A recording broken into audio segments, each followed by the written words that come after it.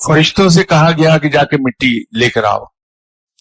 تو یہ مٹی ان فرشتوں نے روئے زمین کے تمام جیولوجیکل اسٹیٹس جو ہیں وہاں سے سب سے وہ مٹی اکٹھی کی. اس تمام پروسیس میں 10 دن صرف ہوئے.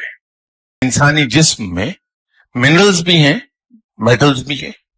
ہماری باڈی میں کاپر پایا جاتا ہے، ہماری باڈی میں آئرن پایا جاتا ہے، ہماری باڈی میں فاسفورس ہے، الیکٹرولائٹس ہیں ہماری باڈی میں. تو اس کو پھر عرش پر اس پانی سے گوندا گیا. وہ پانی کہاں سے حاصل کیا گیا؟ وہ چشمہ آج بھی موجود ہے شام میں. جہاں سے یہ پانی لیا گیا وہ صرف وہیں سے کیوں لیا گیا، اس کی ایک خاصیت ہے کہ جو وینز ہیں، واٹر وینز، وہ ایسے اسٹیٹس سے گزر کے آتی ہیں جس میں تمام طرح کی خاصیتیں پائی جاتی ہیں. تو اس پانی میں وہ چونکہ ان وینز میں بہتا ہوا آ رہا ہے پانی، اس کے اندر وہاں کی وہ تمام منرلز اور میٹلز حل ہوتی رہتی ہیں. اور اس کو گوندنے میں 20 دن صرف ہوئے. تو اس پانی سے اس کو گوندا گیا.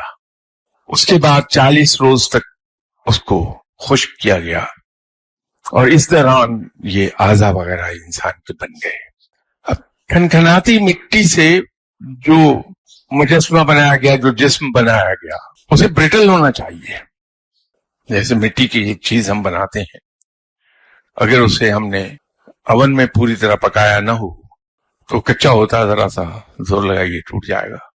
جب اس کے اعضا نکل آئے اس بت کے، تو پھر اسے آسمانوں پر لے جایا گیا اور اس میں روح پھونکی گئی.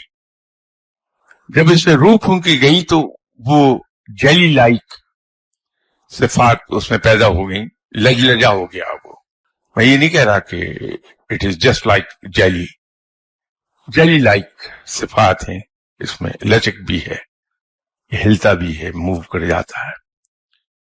تو وہاں سے پھر بابا آدم کو جنت میں بھیج دیا گیا. اسی دوران حضرت آدم علیہ السلام کو ان کی پسلی میں درد محسوس ہونا شروع ہوا جو بڑھتا گیا، اور پھر وہاں ایک چھوٹا سا گومڑ وہ بنا جو بڑھنے لگا، اور 9 مہینے کے بعد اس لمپ میں سے اماں حوا کی پیدائش ہوئی. اور پھر رب تعالیٰ نے کشش رکھی دونوں میں ایک دوسرے کے لیے